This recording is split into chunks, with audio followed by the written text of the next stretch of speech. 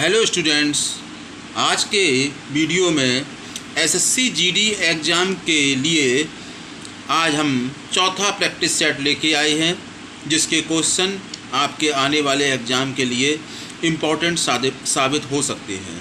Video start करते हैं और पहले प्रश्न को देखते हैं। लोक वित्त में अधिकतम सामाजिक लाभ का सिद्धांत दिया है। लोक वित्त से तात्पर्य यहाँ पर है जो किसी भी देश का जो टोटल इनकम या खर्च है उसमें अधिकतम सामाजिक लाभ का सिद्धांत है। तो ये सिद्धांत दिया है प्रोफेसर डाल्टन ने। किसने दिया है? प्रोफेसर डाल्टन ने। ठीक है, अगला क्वेश्चन। देश में छोटे किसानों को परिभाषित किया गया है। यहाँ पर देश से मतलब है भारत के लिए है। तो भारत में छोटे किसान को परिभाषित किया गया है, मतलब छोटे किसान की डेफिनेशन क्या दी गई है? तो क्या है? वे किसान जिनके पास 1 हेक्टेयर से कम जोत भूमि होती है, मतलब खेती करने योग्य भूमि होती है, ऐसे किसानों को क्या बोला जाता है? छोटे किसान। क्योंकि किसान वाला टॉपिक है इसमें चर्चा में है किसान बिल की वजह से, तो इससे संभावित क्वेश्चन आ सकते हैं आपके एग्जाम में। अगला, भारत में दशमिक मुद्रा प्रणाली शुरू हुई, मतलब दशमलव प्रणाली पर मुद्रा, दशमलव पद्धति पर मुद्रा की शुरुआत भारत में कब हुई है? 1957, यानी कि 1 रुपये में 100 पैसे होंगे, यही दशमलव प्रणाली थी।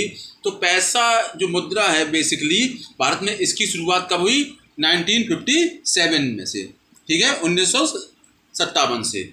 अगला क्वेश्चन, सीमांत लागत बराबर होती है। सीमांत लागत से हमारे एसएससी एग्जाम में लगातार क्वेश्चन आता है। सीमांत लागत तो ये किस चीज़ के बराबर होती है? ध्यान रखना, कुल लागत, जो भी किसी प्रोडक्ट को तैयार करने में जो भी आपकी कॉस्टिंग आई है, कुल लागत तथा अंतिम उत्पादित के कुल लाभ के अंतर का, यानी कि जो आपका प्रोडक्ट तैयार हुआ है, लास्ट प्रोडक्ट है, उसको सेल करने में जो प्रॉफिट हुआ है, उन दोनों के डिफरेंसेस को ही हम लोग क्या बोलते हैं?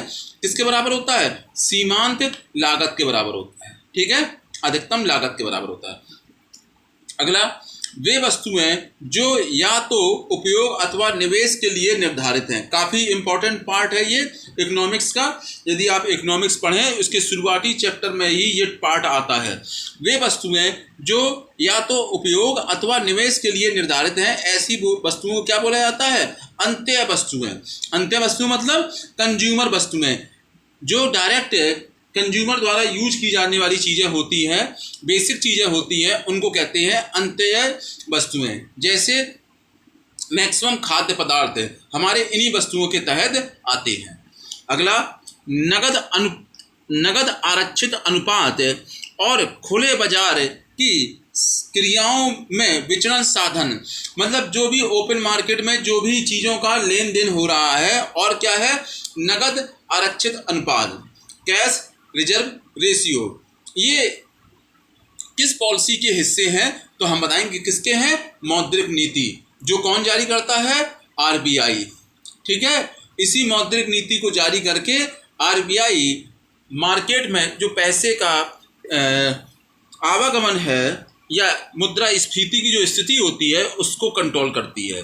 तो आप लोग नीति याद रखेंगे, मौद्रिक नीति।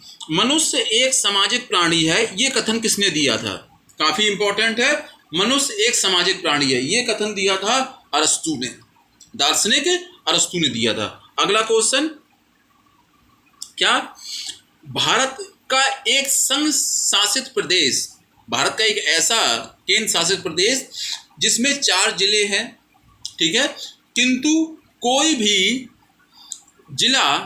जिले की सीमा दूसरे जिले से स्पर्श नहीं करती है? हो सकता है कुछ बच्चे कंफ्यूज हो रहे हो क्वेश्चन की लैंग्वेज पढ़कर। भारत का एक ऐसा केंद्र शासित प्रदेश जिसमें 4 जिले पाए जाते हैं, पर कोई भी 2 जिलों की सीमा आपस में टच नहीं करती है, यानी कि जो 4 जिले हैं वो बिखरे हुए हैं उस केंद्र शासित प्रदेश का। वो कौन सा केंद्र शासित प्रदेश है? पुदुचेरी। ध्यान रखना, जो तमिलनाडु में पुदुचेरी है वो, पर जो उसके 4 डिस्ट्रिक्ट हैं, कौन कौन से? पुदुचेरी, कराईकल। तो ये दोनों जो डिस्ट्रिक्ट हैं, ये आपस में भी इनमें काफ़ी डिफरेंसेस है, पर ये दोनों डिस्ट्रिक्ट किस प्रांत में पाए जाते हैं? तमिलनाडु में। ठीक है, फिर है माहे, तीसरा डिस्ट्रिक्ट, ये कहाँ पड़ता है? केरला में। और चौथा डिस्ट्रिक्ट है आपका यनम, ये पड़ता है आपका आंध्र प्रदेश में। तो ये सब पुदुचेरी के ही चारों डिस्ट्रिक्ट हैं और ये चारों डिस्ट्रिक्ट किसी एक दूसरे को स्पर्श नहीं करते, ये ध्यान रखना। ठीक है, अगला क्वेश्चन, भोपाल गैस कांड में किस गैस का रिसाव हुआ था? ये भारत की एक काफ़ी दुखद त्रासदी थी। ठीक है, कब हुई थी ये? 1984 में हुई थी। तो उसमें एक गैस का रिसाव हुआ था जिसमें सैकड़ों लोग हताहत हुए थे, मारे गए थे, आंखों की रोशनी चली गई थी। ठीक है, और बच्चे लंबे समय तक हैंडीकैप हो रहे थे। तो वो गैस कौन सी थी? Methyl isocyanate. वो खतरनाक विषैली गैस कौन सी थी? मिथाइल आइसोसाइनेट है, जो भोपाल गैस कांड में जिसका रिसाव हुआ था। ठीक है, अगला, वर्षा की बूंद का आकार गोलाकार होती है। किस वजह से जो हमारी बारिश की जो बूंद होती है वो गोल होती है? तो उसका प्रमुख रीज़न क्या होता है? पृष्ठ तनाव की वजह से उसमें अंदर की तरफ बल लगता है, जिसके कारण वो उसकी जो पानी की बूंद है वो गोल आकार धारण कर लेती है। ठीक है, अल्फा बीटा गामा किरणों की भेदन क्षमता का अवरोही क्रम यानी कि असेंडिंग ऑर्डर क्या होगा? ठीक है, ये रेडियो एक्टिव पदार्थ जो होते हैं उनसे हमारी अल्फा बीटा गामा रेस का विकिरण होता है। तो ध्यान रखना, इनकी जो भेदन क्षमता होती है वो किसकी सबसे ज़्यादा होती है? गामा की। उससे कम किसकी होती है? बीटा की। और सबसे कम किसकी होगी? अल्फा का। ये इनका अवरोही क्रम हो जाएगा।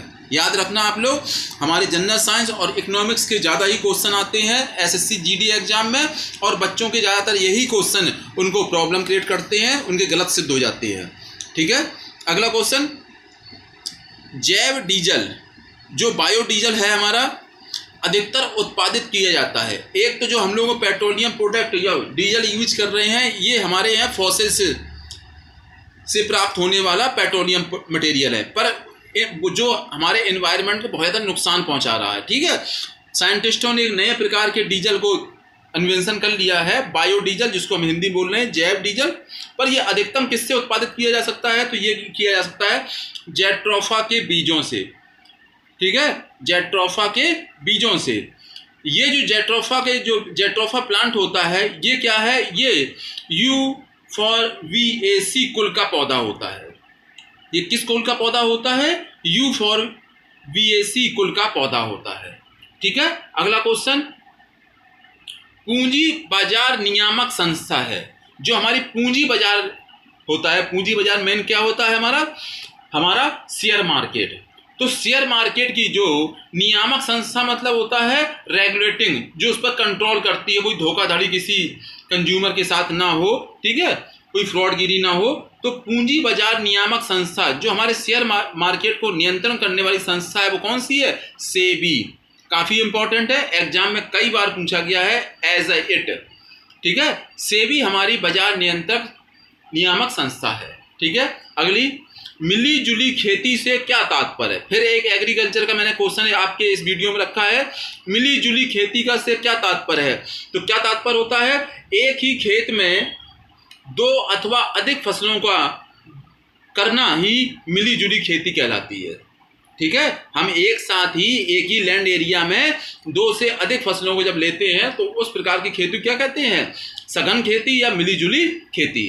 अगला क्वेश्चन, भारत के किस नगर को भारत का सिलिकॉन वैली कहा जाता है? ठीक है, तो सिलिकॉन वैली ऑफ इंडिया किसको कहते हैं? बेंगलुरु को। किस लिए कहते हैं? ये आईटी इंडस्ट्री के लिए वर्ल्ड फेमस है, इसलिए सिलिकॉन वैली ऑफ इंडिया कहा जाता है बेंगलुरु को। ठीक है, आपकी जो ये क्वेश्चन मैंने इस वीडियो में रखे हैं वो आपके एग्जाम के लिए काफ़ी महत्वपूर्ण सिद्ध हो सकते हैं। आप लगातार इनकी प्रैक्टिस करते रहिए और हमारे अगले वाले वीडियो का इंतजार करिए। धन्यवाद।